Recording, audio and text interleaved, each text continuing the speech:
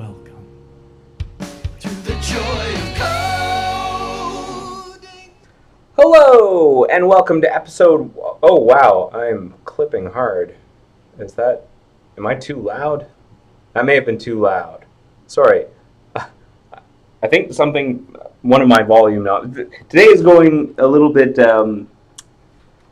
today is going not as well as originally intended. Hold on a second. Let me just turn down the sensitivity of the microphone here. Check, 1, 2, 3. Check 1, 2. Check 1. Nah, it's still pretty bad. All right, hold on. I think there's a knob. Yeah, this one. Check 1, 2, 3. Check 1, 2. Check 1, 2. Come on down. Come on. Is this not working? What is the problem? Well, maybe I'll just turn down the volume here. Just want to make sure that I'm not deafening you folks. There, that's a little bit better. Hello, welcome to episode 134 of the Welcome to episode 134 of the Joy of Coding. My name is Mike Conley. Starting a little bit late, starting a little bit loud. Something's bumped the knobs, and I didn't have everything set up on time. There was a little bit of a technical foul up. So sorry for the people who are watching the live stream. I'm a little late. But, not too bad. What are we doing today? Well, here's my screen. First of all, I'm wearing a green shirt. That's another foul up. My shirt is kind of green, which doesn't gel very nicely with the green screen that's behind me, so I'm semi-transparent. There's going to be like this shimmer effect on me for today. I hope that's all right. What are we doing today? Well, first of all, today is March 28th, 2018, episode 134, and no plan survives breakfast. I'm going in guns a-blazing with no plan whatsoever today. I don't really know what I want to do. I mean, there's always stuff on my plate. We'll get to it, and we'll see what we can do, but I really don't know what it's going to be. I'm going to skip the plugs I normally do. Well, I won't skip them, but I'll blast through them. First of all, this agenda that we're looking at with all the links that are handy and stuff that you might want to follow up, it's available to you depending on where you are. So if you're watching this on YouTube, scroll down to the video description. If you're watching this on Air Mozilla, old Air Mozilla, it's in the additional links section. If you're watching this on new Air Mozilla, the links are in the handouts section, which is somewhere near the screen. If you're watching this on Facebook Live, there is a pinned comment down below with the links. And if you're watching this on Twitch right now, I'm about to drop the link into the Twitch chat. Here it is. Agenda. Bam. And there's also a link to rate the episode. It's a form that I use to get input on each individual episode, and I read everything that comes in, so let me know what you thought of the episode.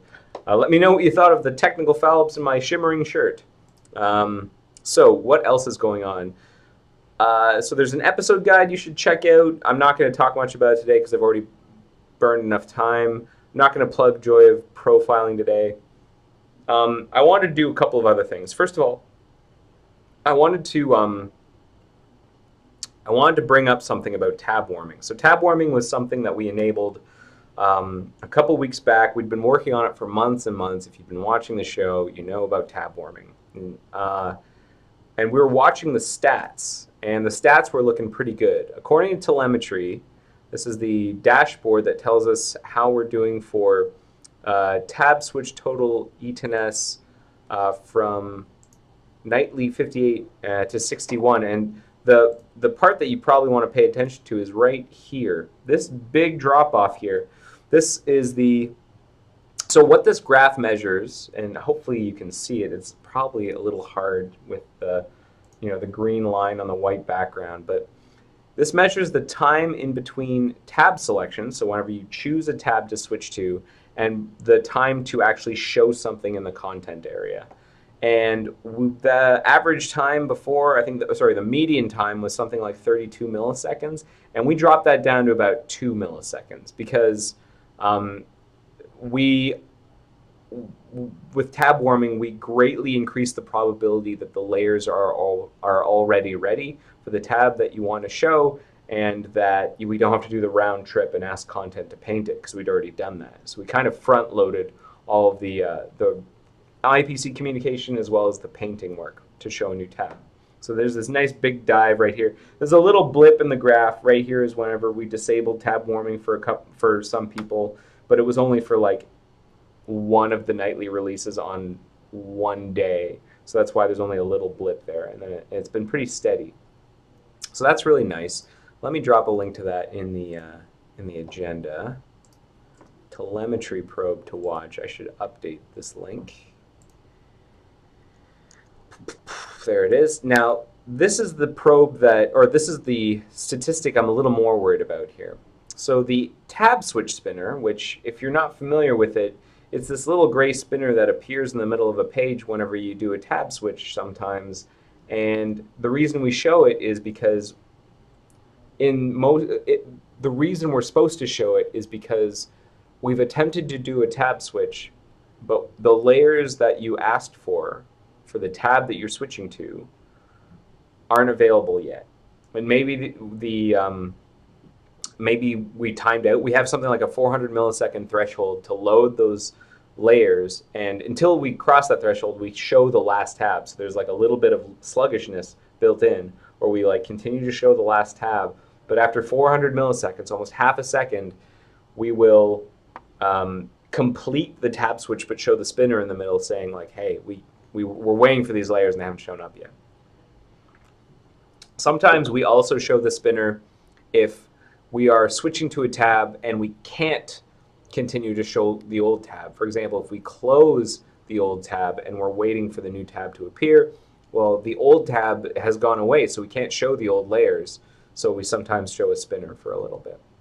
And this graph here measures the number of clients on our nightly channel that see at least one spinner.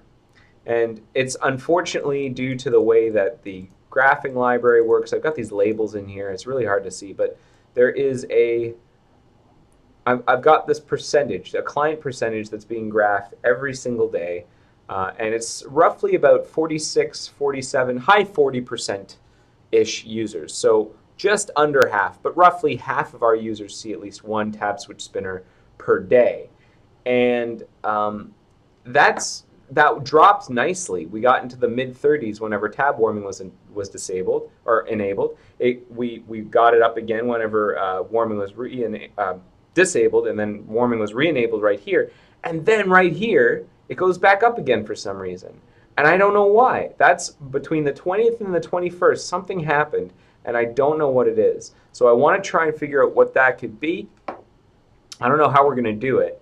What's interesting is that, like, in many ways, the pattern is like short spinners regressed. So spinners that are like really, really short, 0 to 999 milliseconds regressed, and some medium grade ones. But of the short spinners, it was like the really short ones that regressed. Like we get down to like super short, 0 to 49 milliseconds, almost imperceptible. Those went up from like, it was down to 7% up to 10%. So that's 10-ish percent. So we gained like 3% there. And then where else did it go up? Down here, the longer spinners, this color is what? 200 to 399 milliseconds went up to somewhere around 3 or 4% from what was 2. And then 400 milliseconds to 799 milliseconds went up to 4-ish milliseconds. So like, we gained like 2% there. We gained like 3% there. So 5%-ish. That might account for the loss. And then there were a couple of percentage points here. So something happened, and I don't know what it is, and I want to try and figure it out. I don't know how we're going to try and figure it out. I don't have a plan just yet. You'll note that like the number of tab spinners did go up. Like these graphs aren't perfectly aligned. So on the 20th, there were 70,495 tab spinners shown across all the users on Nightly that reported telemetry that day. And then On the 21st, that number went to 131. So essentially, it almost doubled, and then it kind of went back down into the 80s. So it's also possible that and then this is the number of tab switches in total that occurred. So we can get a proportion from all of this, and I guess I'm still concerned by this. This is the thing that concerns me the most, is this graph. And I want to figure out what's going on. So what are we going to do? Well, the first thing I want to do is I want to figure out what happened between the 20th and the 21st on nightly. And so let's look at some telemetry and figure out if there's anything else that happened that we can see in our telemetry that might be useful. So for example, we have some other probes here. Tab switch update, milliseconds. And on the 20th to the 21st, I see a drop here, which is nice, in the median.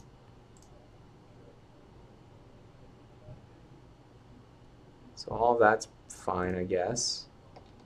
The visible, so the thing that triggered the tab switch spinner, we try and track that as well.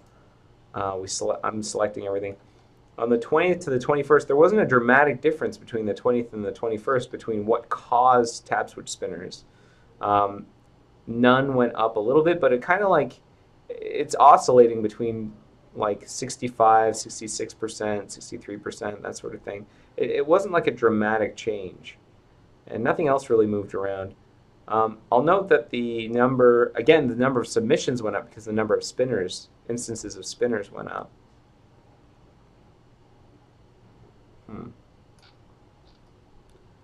the number of instances of spinners go down here, 23rd, 24th, 25th. We don't see that reflected here in the telemetry for the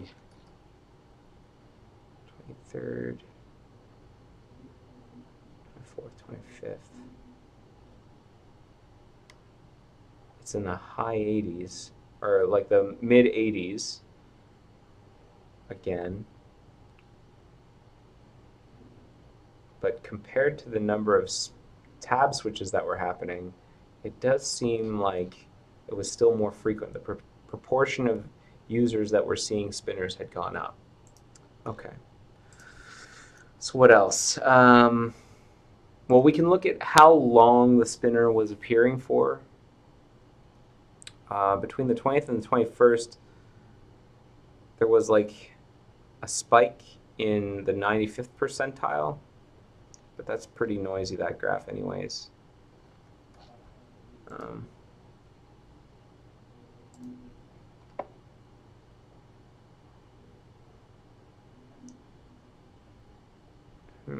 Interestingly, the 75th percentile kind of crested there, and then started to drop down again. But again, I'm not seeing too much of a pattern. Time to close. Closing tabs. Anything happen?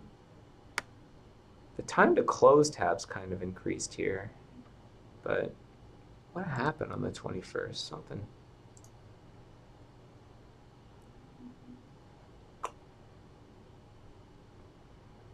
I don't know what it could be. Let's keep looking. Tab click milliseconds.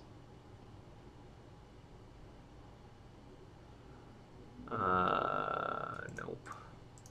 Nothing. All right.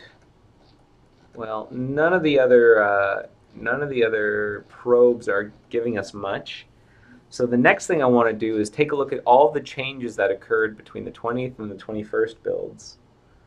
Maybe we can also look at shim usage. Well, no, the shims have been turned off. That doesn't make sense. Bin capacity usage, shim blocking. All these should be gone now. That doesn't matter. Block list, sync file load.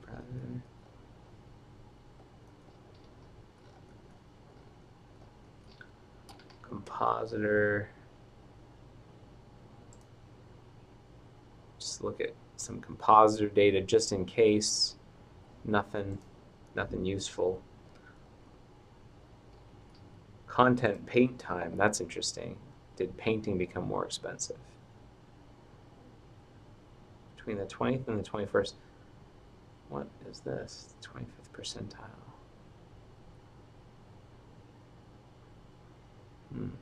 No. Not much going on there.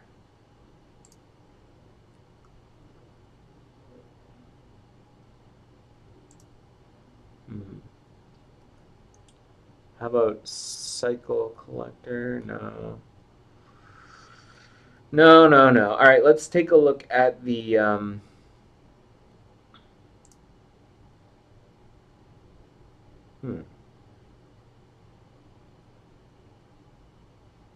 content crash presented. Dump unavailable.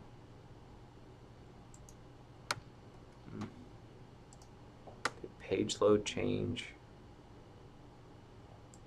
Not really. All right. So let's go back to the plan of checking to see what happened between the 21st or the 20th and the 21st, because those are the dates, right? 20th, 21st. And I'm going to show you how I normally do that. So we ship Mozilla Central, comes with mock, a handy tool that lets us dispatch commands. And one of the commands is Moz Regression. And I'm pretty sure the first time you run it, it like makes sure it's all up to date. It will download a bunch of stuff. Make sure all the libraries are up to date. I should probably update pip while I'm at it at some point. But for now, oh, you probably can't see the bottom here. Let me bring this up. But what I'm going to do is I'm going to run Moz Regression and then say that the good build was on 2018 on March 20th. And then the first bad build was 2018 March 1st. Or 21st, not first, 21st. That was the first bad build. And what this will do is it's going to talk to Mercurial and spit out the last and first, the last good revision and the first bad revision based on this information. And from that, we get this push log. And this push log is useful because it shows us all the commits. And the rest of this, like, it was going to go and download things for us to test, but because I can't, test this or don't have steps to reproduce just yet, I didn't want to test any builds. But I did want to look at the push log. And so now what we have is just a whole bunch of commits to look at for potential regressors.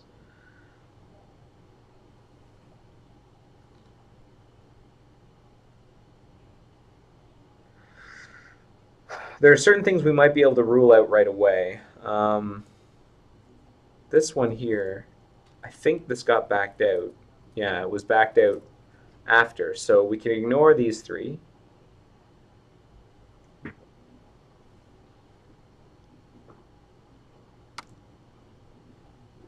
Clang. Networking stuff. Use wait for new tab in what? What is this? A test? This is just in a test, so we can ignore that. Use a dedicated snap Docker. That's for Ubuntu. DevTools. Testing infrastructure. What is it? Increase maximize delta for Marionette testing infrastructure. Nope. Some Neko stuff. Update inspector at DevTools. So we updated web render here. Could that be it? Could it be that a bunch of people on Nightly are using web render and they're seeing more spinners? That could be. A bunch of dead code was removed.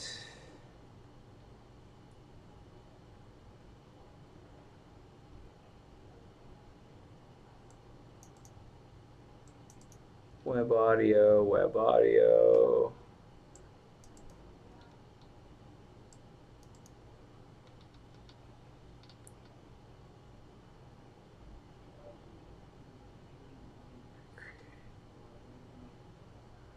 This is the fix for the clear type font problem that people were having on the most recent release. So this is, what is this? Jim Blandy. Add support for updating blob images. I'm guessing that, oh, that was a security bug. And this is add layerization to layers free.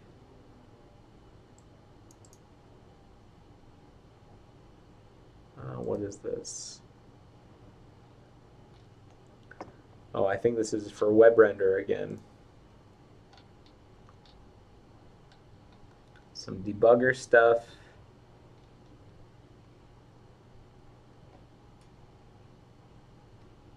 Gecko view. We disabled the old style system, but that's okay because we weren't using it anyways by default.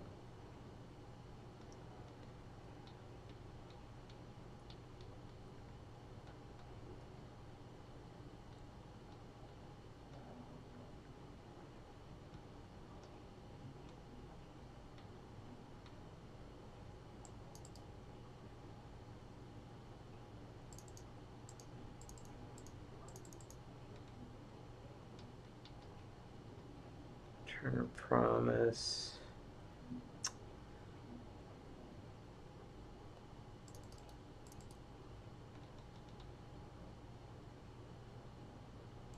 Trying to fix this, detecting about flank loads. What is that? Oh, that's a test, doesn't matter.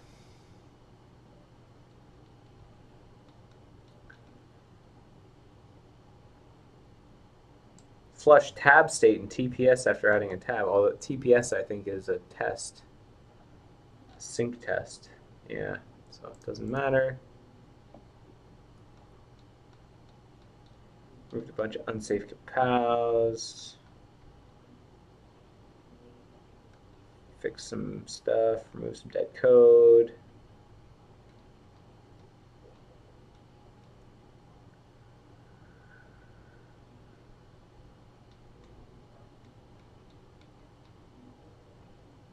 Upgraded NSS.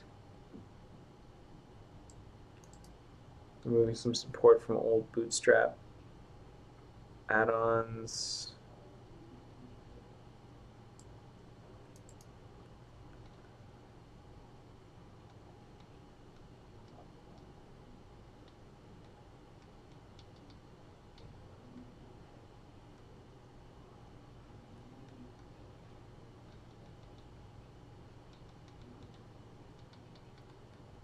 So my leading theory is, what if web render isn't working with warming very well? It's not a very, there's not much backing up that theory, but it's something.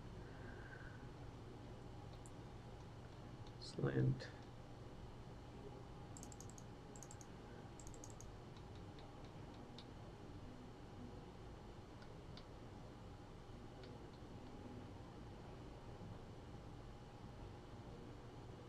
Don't stop recorder on page hide during frame swap.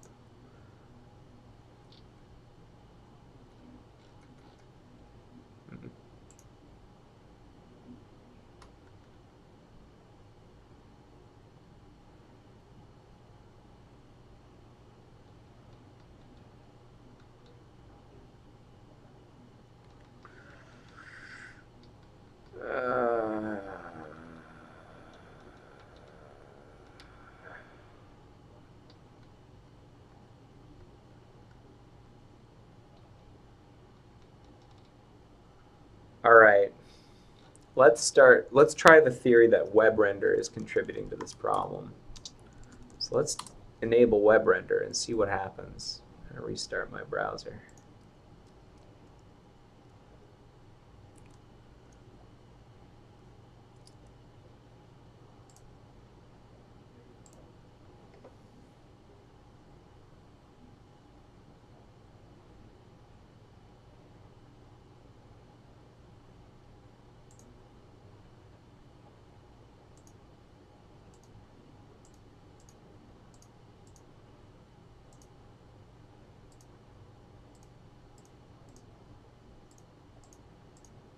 Okay, so far everything seems all right. Let's take a look at telemetry, see what it's reporting for spins.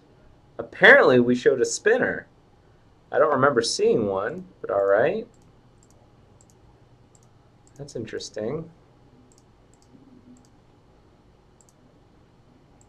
Haven't shown a second one.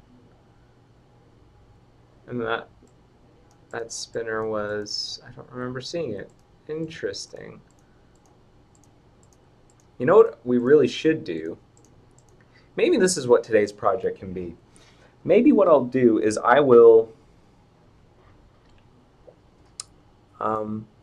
maybe we can write an add-on that'll play a sound every time the spinner is shown. And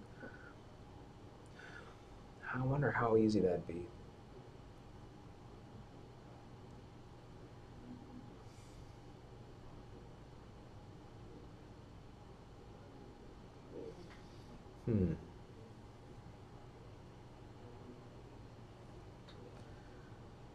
When we show the spinner,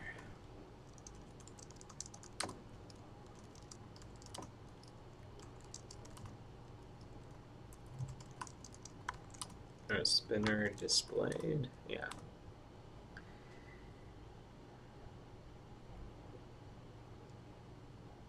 We add this. Add marker spinner shown profiler.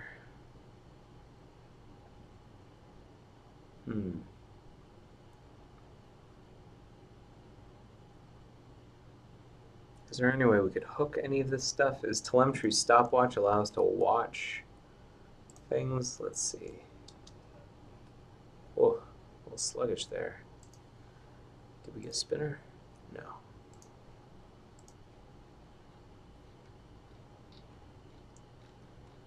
I don't think it allows us to watch.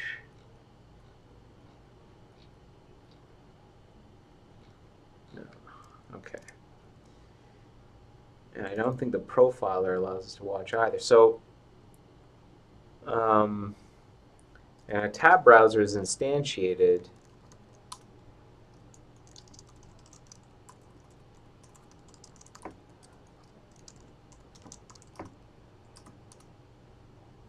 Yeah, we construct a new async tab switcher every time.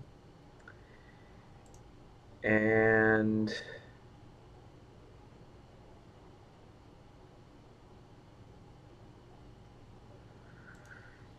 so ideally,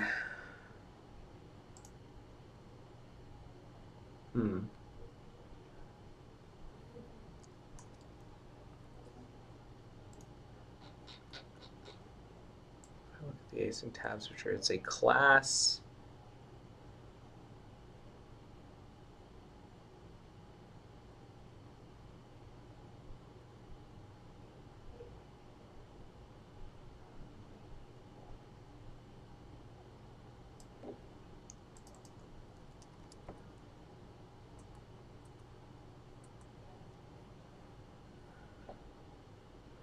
The best thing I can think of, which isn't very good, is to somehow override services.profiler add marker, to monkey patch that in a web extension experimental API. And if the marker has async tab switch spinner shown, then we play a sound. It's not a great solution. I'm trying to think if there's a better one. I mean, I could update async tab switch to emit an event or something. I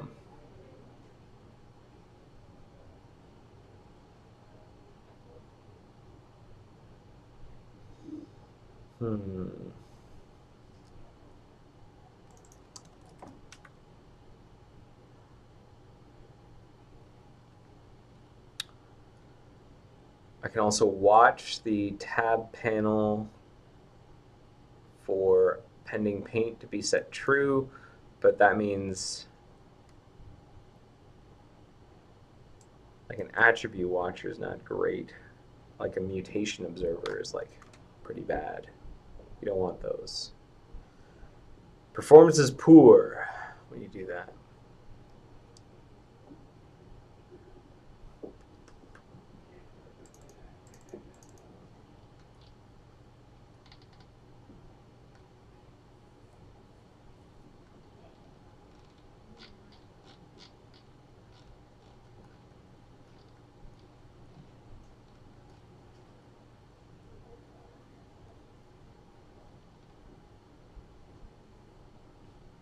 Well,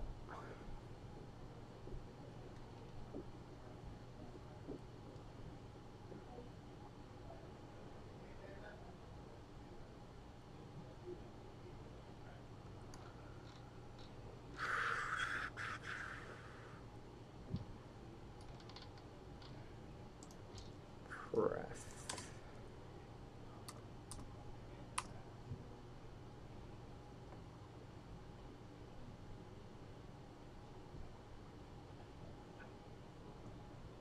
So what I'm thinking is I could expose a pref. I could land something in async tab switcher.jsm, which if we turn on a pref, we will like send an observer notification or emit some kind of event every time a spinner is shown. That's one idea.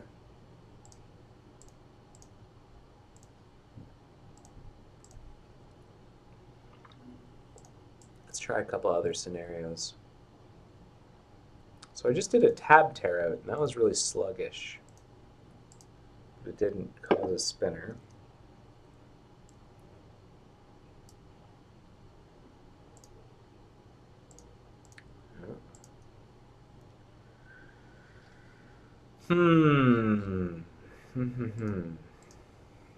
See, one of the other problems is it could be any number of confounding factors. The spinner dashboard tells us about dates and versions, but anything could have happened. A website that's very popular could have done something to make tab switching, tab spinners more frequent that day.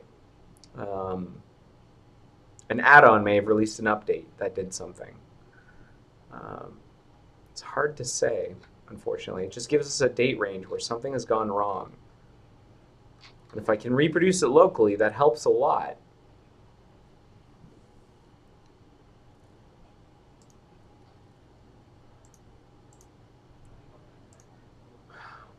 Man, this kills me. That was another sort of sluggish, wow, web render. What's going on? All right, well. Is there anything else in here that jumped out at me?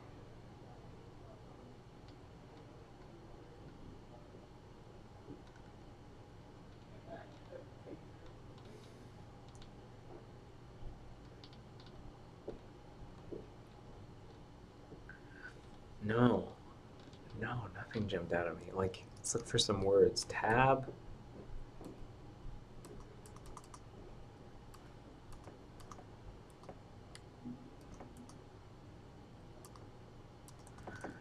Paint.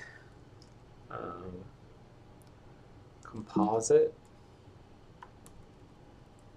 Display.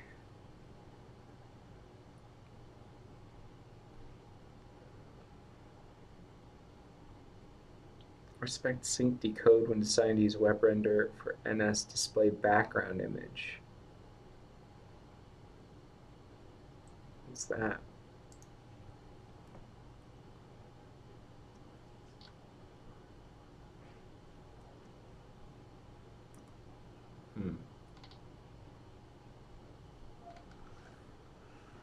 And there are some like security bugs that don't make it clear. I don't have access to the patches, but like, or the bugs, but patches are only in DevTools.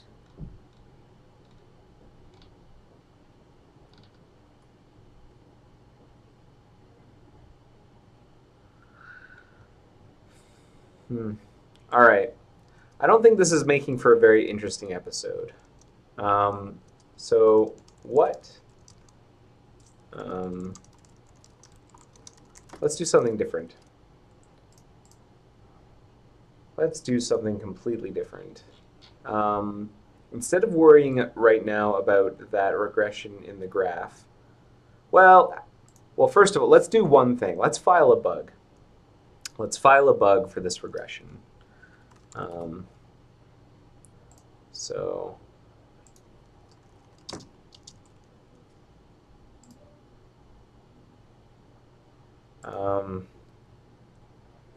number increase in number, or investigate increase in number of tab switch spinners on March 21st, 2018 build nightly.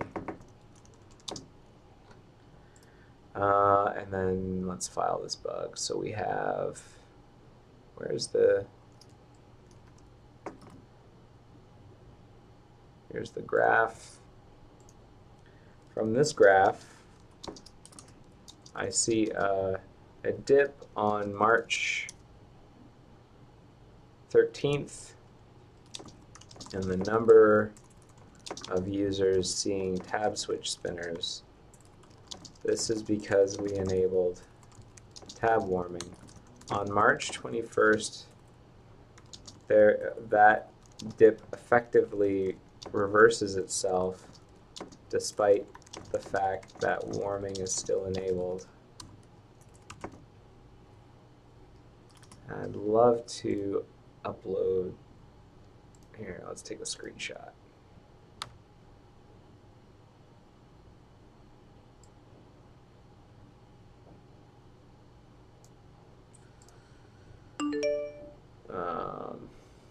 Let's expire, keep it forever.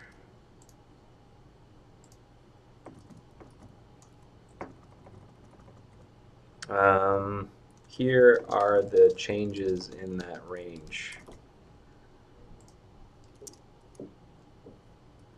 None of these jump out at me as potential culprits, unfortunately.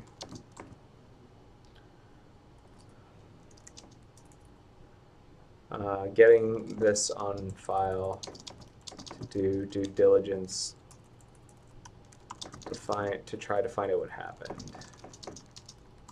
Here. Again, CC Doug there, who's been interested in this stuff. And I'm going to submit this bug. And then I'm going to take this bug, the bug number, and I'm going to add it to the list of markers in this bug, so, or in the graph. So date, new date on 21st.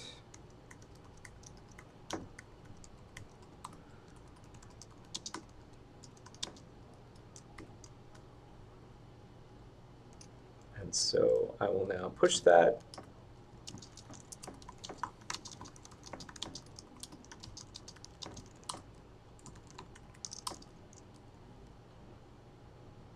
And so we should now eventually get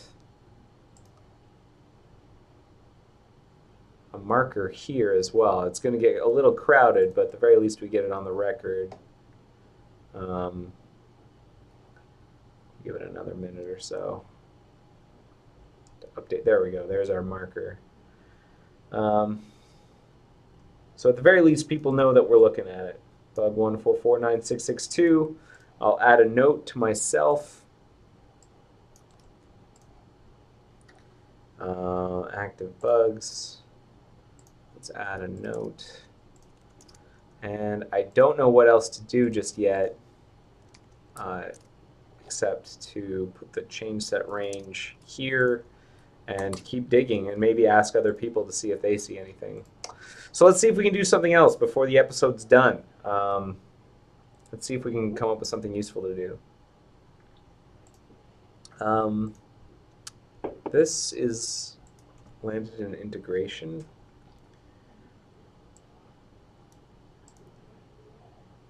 Oh, yeah. I have something interesting for us to do. So we preload the new tab. So what that means is anytime you open a tab, see this tab that I'm looking at right now, this is the new tab, we preload it, meaning like it's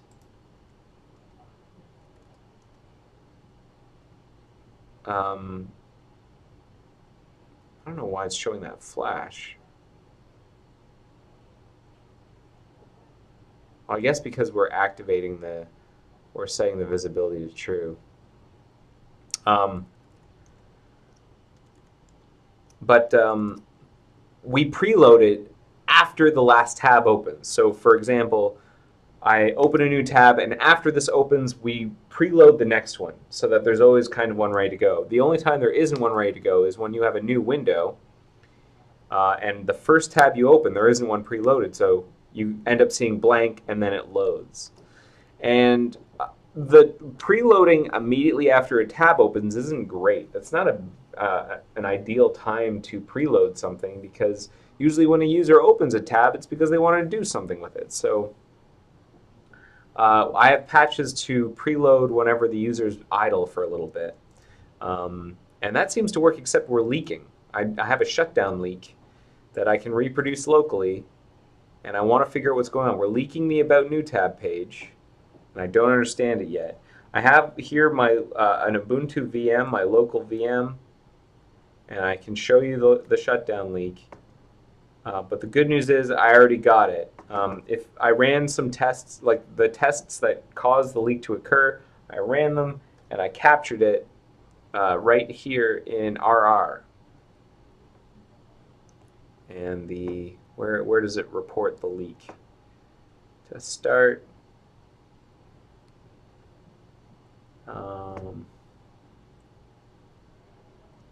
that is not what I want. I didn't capture it during RR. Sorry about that.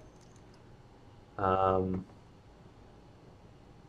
have to try and capture it in RR. I thought I had captured it, but I didn't. So let's rerun this again. I'm pretty sure it's pretty consistent. It will fail. It will fail, or it should fail. I hope it fails. Just to double check, let me take a look at some of the stuff I did. Not browser test utils, shutdown, leak detector. Yeah, I removed some of the stuff I'd added, I think, to try and fix this, because none of that was working and I don't want to interfere. Now, unfortunately, this is a debug build, so it takes a little while. But the idea is that I'll try and explain. This test runs, and I've stripped the test down quite a bit to remove what I thought may have been contributing to the leak. None of it was, but like that's usually a pretty good strategy, is to, like, if you've got something that's failing you and it's complicated, try and reduce as much of the complexity as possible by chopping stuff out. That's what I did here, and so the test is actually very simple now. It opens a couple of tabs and then it closes them and then it's done. That's a reduced test case is what we call that.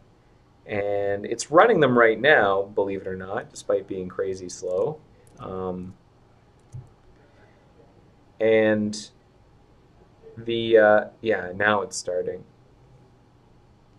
The preloading is occurring. The About New tab is preloaded in the background during all of this. And then when the test is done and we shut down the browser, the test harness does this cleanup phase where it closes all of the pre-existing windows and it gets rid of the preloaded browser and it shuts everything down, and then it does a final garbage collection and cycle collection, and then does a couple of those in a row, and waits and cycle collects and garbage collects, and then it tells all the content processes to do the same thing, and then it checks to see if there are any and then it completely shuts itself down. And then we have something that scans the log to see if any windows were destroyed after all of the shutdown leaks, after all the shutdown leak detection finished. And if there are any windows, then we failed, because those windows should have gone away whenever the shutdown leak thing occurred. Shutdown leak check. And that was the thing that was like, we close everything except the main window, because we expect the main window to stay open, and then we do like multiple rounds of cycle collection and garbage collection. We get rid of the preloaded browser at the very start of that. And when I say Windows, leaked Windows, I don't mean like an actual like window in Ubuntu or Windows or OS X where like it's a rectangle on the screen. I mean like the concept of a DOM window in Gecko speak. And in this case, we are apparently leaking the About New tab window or activity stream. So on shutdown, something was holding on to About New tab, and it shouldn't have. And this was after we'd closed everything, and so we have to figure out what that is. And the only way I can think of to figure out what that is to use RR to try and like work our way backwards and see like what dropped references because it goes away. Eventually, it is released when we do our final cycle collection on shutdown, but it's not that it shouldn't have gone that far, and so we need to figure out what is holding on to a reference to it until the shutdown cycle collection. That's the goal. Wow, this is taking forever.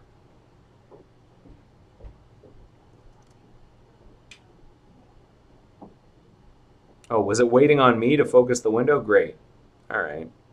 So now it's running the actual test. Luckily, this means that because About New tab waits for idle, the About New tab page is definitely preloaded at this point.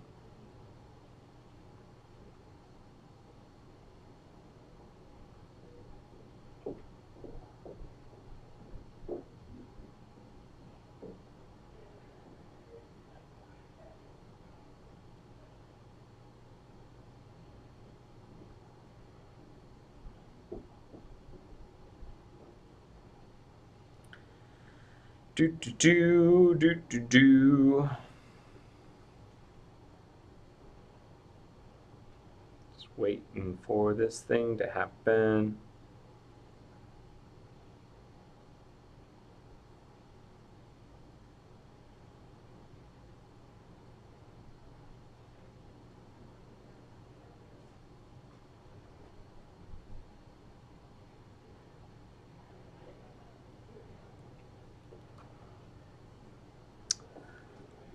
Some errors in the background there. What's going on? Oh, unrelated errors. Like, hey, I can't load a manifest for some reason because I can't XHR,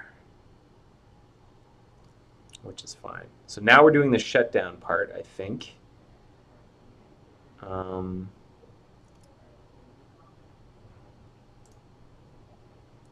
It's running so slow. Oh, and then it's closing the windows. So I've accidentally, I think, made this test more likely to pass when we're running RR for some reason. And that I don't get. Part of me makes me think it's some kind of like, it's some kind of race condition.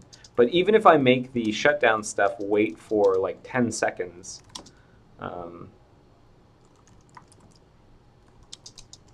it still leaks. If I make it wait for like an arbitrary amount of time, it still leaks. I had to kill everything, and when you kill RR, it's like it takes forever to shut itself down. So I'm killing manually now. Okay. Good. All right. So what changes do I want to undo? I think I want to undo all of the changes I made to shutdown collection timer thing. What was it? Shutdown. Where am I? Browser Chrome test is ready. What are you talking about? Get out of here.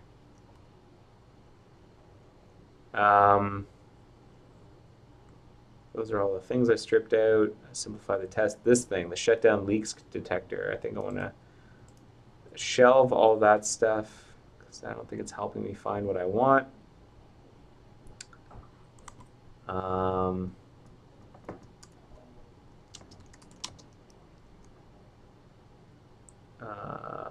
And apparently I don't have shelves, so I'm going to turn it on.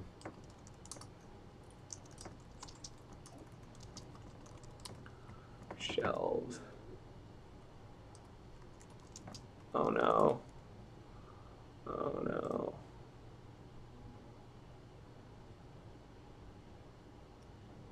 Hang on a second. Hang on just one quick second, people.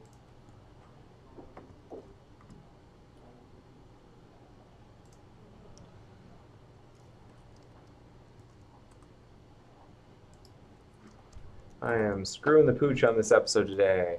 Hold on a second. Just give me one moment.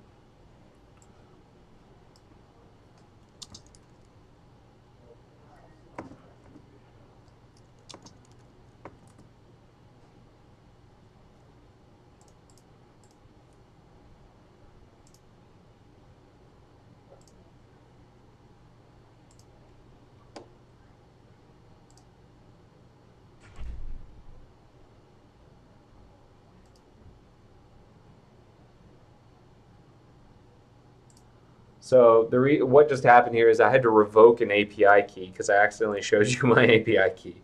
Sorry about that.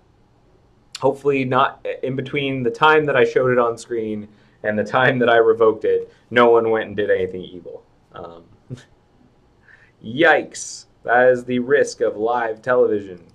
So I've revoked it anyways. All right, so now I think I want to try and reactivate shelve. Yeah, I did. This is the API key that I just revoked. You can't use this anymore. It's gone. Right? Yes, it's gone. So now I can shelve. You can't see what I just did down there. All right. Shelved, and now I'm going to try rerunning the test. Build, testing, test. Unfortunately, it takes so long to do this, but it's important. Wait a second. Also, did I properly... Oh, I had to... Oh, you know what? I didn't... I can unshelve that work now, I think. HG unshelve. Because the problem was that... How do I explain this? I tried to make it faster to... what is going on? Triggering...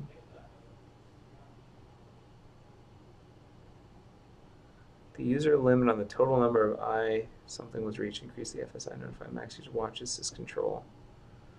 Watchman needs your help. I'm gonna pass on that for now. Basically, I had flipped the thing, and oh man, I don't even know how to explain this. Let me try. Come on, brain. We have this thing called Mochi test verify, which allows us to run tests in like this really rigorous fashion where we run it like this way and that way with like thread reordering or thread priority reordering and randomization and chaos mode to try and shake out intermittent problems or race conditions in the test. And that's I run the test in that condition in order to surface the problem, because the problem is pretty racy, but when I run it with the verification mode on, I can hit it pretty consistently. So the thing is, it still takes a while, and so I was trying to reduce the number of steps that the verification thing went through.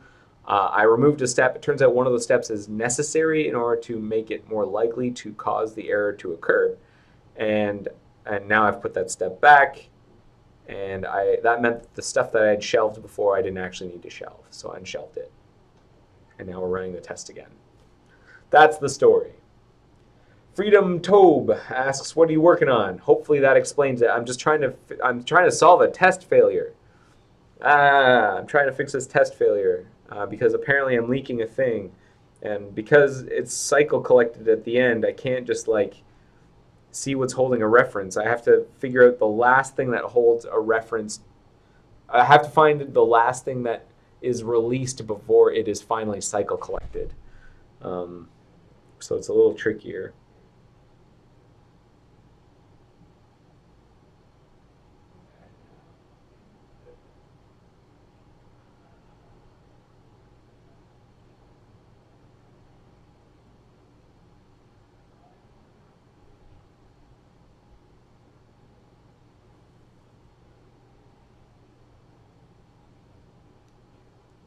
Hmm.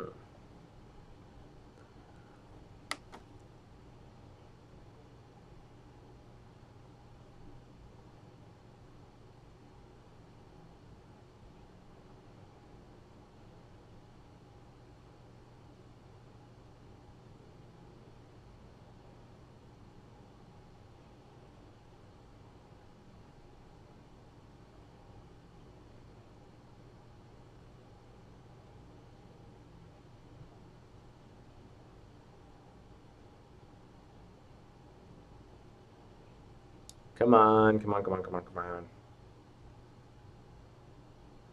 Someone's asking, what's the overall project? There's no info on your panels. I'm not sure what you mean by my panels. If you're talking about Twitch, I've barely populated anything on Twitch. I just broadcast on there. I'm broadcasting across YouTube, Facebook, and Twitch, and Air Mozilla. And if you want to know kind of what my overall project is, you should check out the agenda and well, I guess the agenda is the closest thing to the overall project.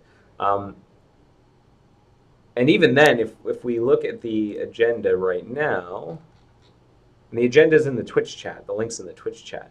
But the agenda right now, if I remember correctly, I didn't actually put a link to what I'm working on right now, and I should. So let me see, preload at a better time. This is what I'm working on. Or rather, I want to get this landed, but whenever I try, there is a leak in our test automation. We're leaking a window. And so I'm trying to fix that. So now I've put that in the notes, the agenda. Hopefully that is useful. Let me just update this. Let that synchronize. Whoops. Synchronize. Now if you really reload the agenda, the information should be there.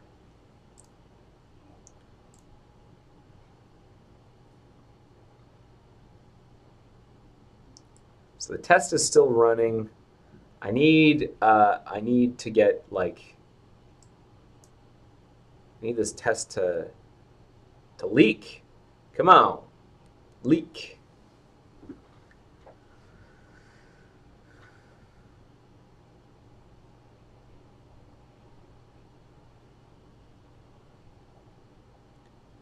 Unfortunately, it's going to run this test a number of times before it's able to like find the leak.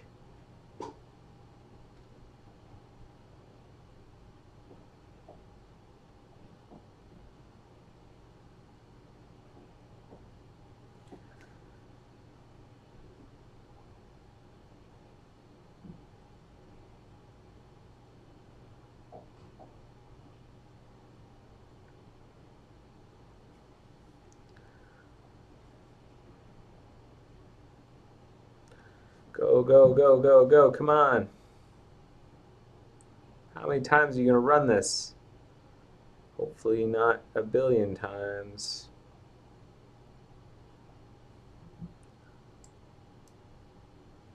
I don't recall it taking this long to fail last time. Freedom Tobe asks, I don't see the link. Okay, well, let me drop those in again. Sorry, I didn't realize that Twitch doesn't keep history.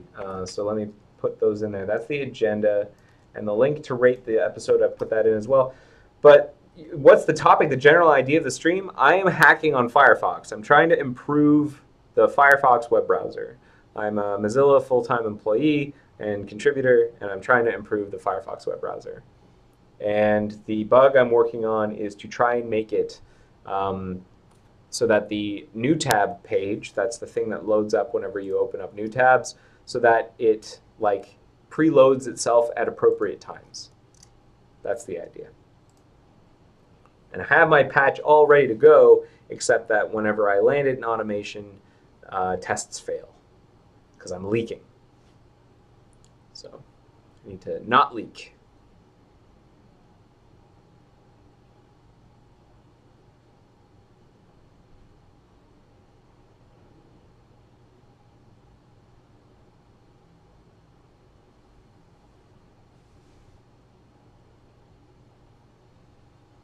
Oh boy.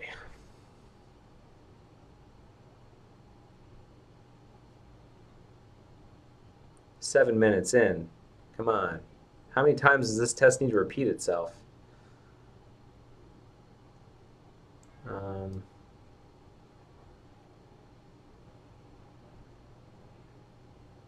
Before this thing shuts down. We might be on one of the last runs. I think it takes about 30 seconds to run each one, and unfortunately, we're stuck here watching it. In the meantime, maybe we can look at something else. I just got mail. I saw on my phone that a patch I landed here is not fixing the problem. Steps to reproduce of comment 11. Repository source stamp user agent 61.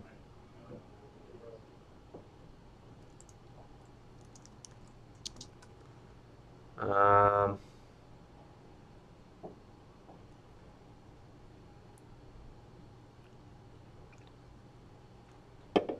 why would that be?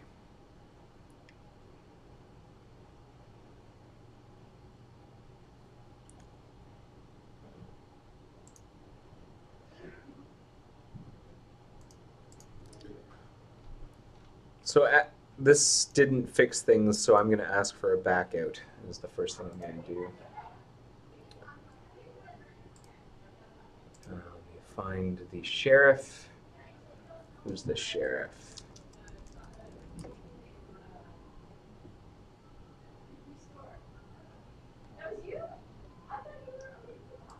Current sheriff is Raoul, I think. Natalia and Raoul. Let me ask Natalia for a backup. Hi, is it possible to request a backup from Autoland? A thing I landed there apparently didn't fix what I expected it to.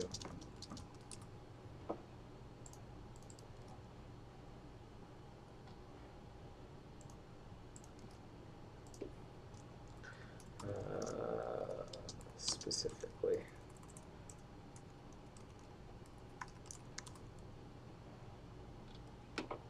All right.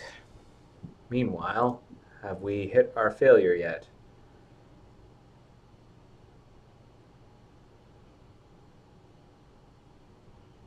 Hey, well now we're shutting down finally. And I'm getting my back out. Thanks. So we're gonna see if we leak.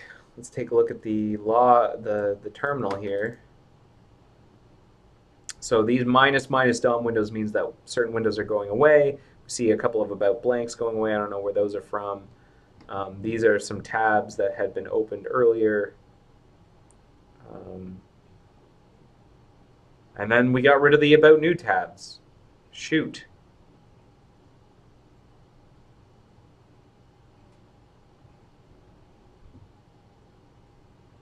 So maybe I did fix it. Thing is, I'm pretty sure if I run this without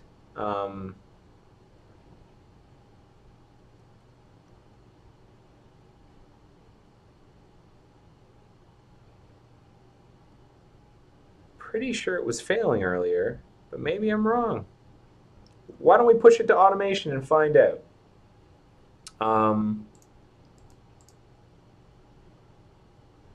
Freedom Tobe asks, how difficult is it to set up the Mozilla repo for local dev? Looks like you're maybe using a VM. I assume it's C++ or maybe C. Great question. Thanks for asking, Freedom Tobe. So how difficult is it? It's actually a lot easier than it is for other open source projects, in my opinion. Probably the biggest barrier, there are two big barriers. One is just sheer size. Excuse me. Depending on your network speed, cloning the Gecko and the Mozilla Firefox repository is sometimes prohibitively expensive, like just from a network perspective, because it's gigabytes of data. But what I'll do is I'll show you simple Firefox build, and this is how you build Firefox. and it will run you through all the instructions based on which platform you're on. I'm going to send that to Freedom Tobe. Let me just check this out. So I just put that there. I'll also put that in the notes for future reference, building Firefox. And depending on what system you're on, like on Windows, for example, you have to go and get like the SDK. You have to go get Windows Visual Studio Community Edition and like all of these things. And thankfully, and then you have to get something called Mozilla Build, which is like our build environment for Windows. You don't need it for Linux or Mac OS, but you need it for Windows. On Linux and OS X, it's actually a little bit simpler. On Mac OS, I think you still need to get like Xcode for certain things. I could be wrong about that. You need Homebrew helps a lot. I think Homebrew is what's used to get a bunch of like packages and tools. Linux, I think, is actually the easiest. You ultimately you clone the repository using Mercurial, and then you run like mock bootstrap. And if you haven't already done that, or maybe you don't have Mercurial, you can download the bootstrap py script in some directory locally and run it, and it follow the prompts, and it will download things for you. And I think that'll work on macOS as well. And yeah, the code base is a good chunk of it's C++.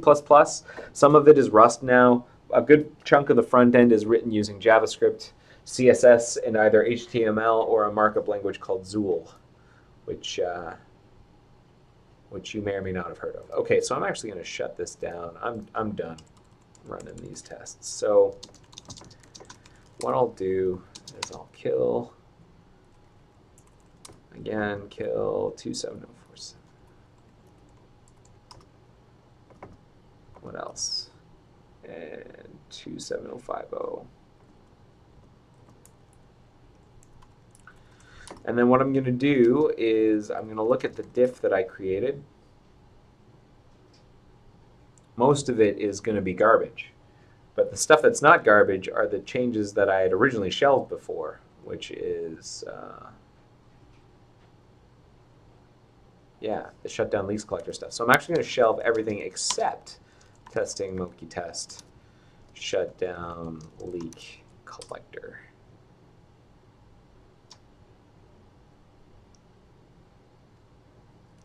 And then the only change in my change history, or in my working directory, should be the working shutdown leaks collector. And now what I'm going to do is I'm going to push this to try. Wait for inner and outer window nukings before completing shutdown leaks in content processes. And I will push that to try, and I believe what I wanted to do is push, what was it? It was like a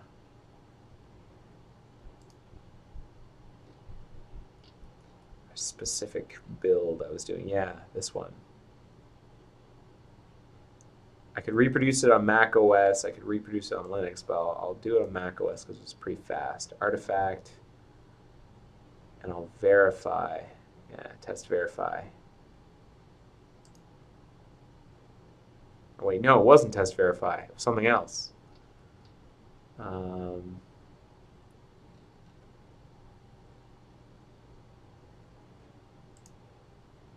This was like a reflow thing I was working on. It's got to be something else.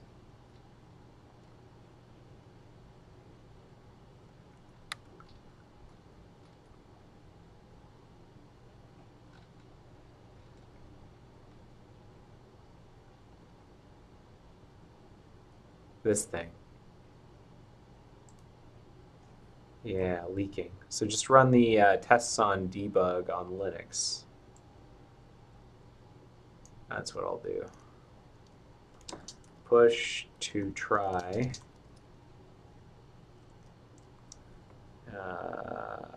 We'll just do Linux for now.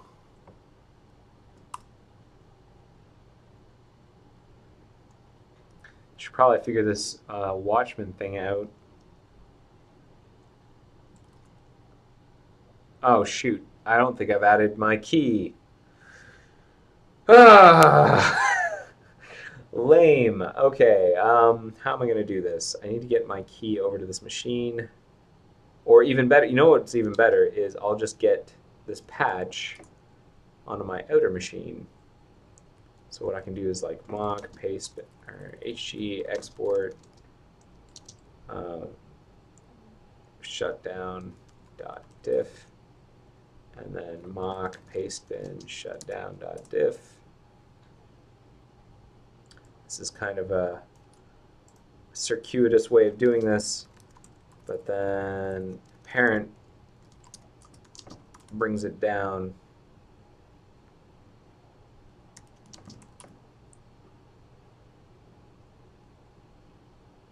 Wow, Watchman's busted everywhere.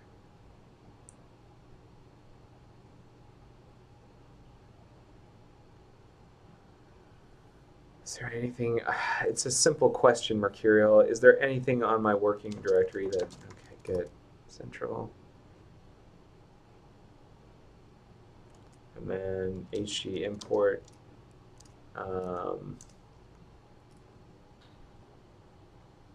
This.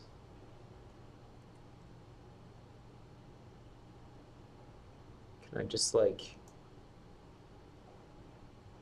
get it raw? No.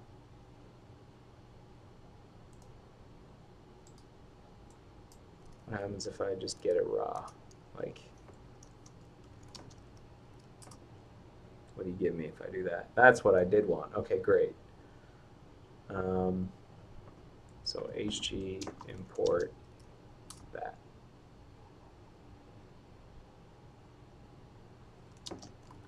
So now we should have on the top of our commit history here that thing, and now I'm going to try repushing using the same push to try command as before, but this time my keys are all set up on my host machines, so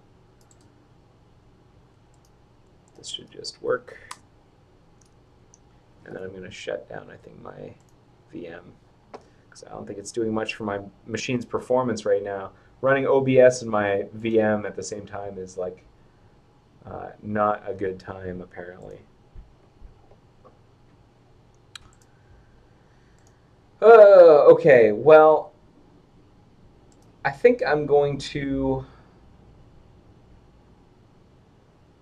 stop here. My brain is not working properly. I don't know. I feel I got a good night's sleep last night, but I'm just having a hard time verbalizing my ideas and getting things across. I don't feel up to going much longer on the live stream, so I'm going to stop here.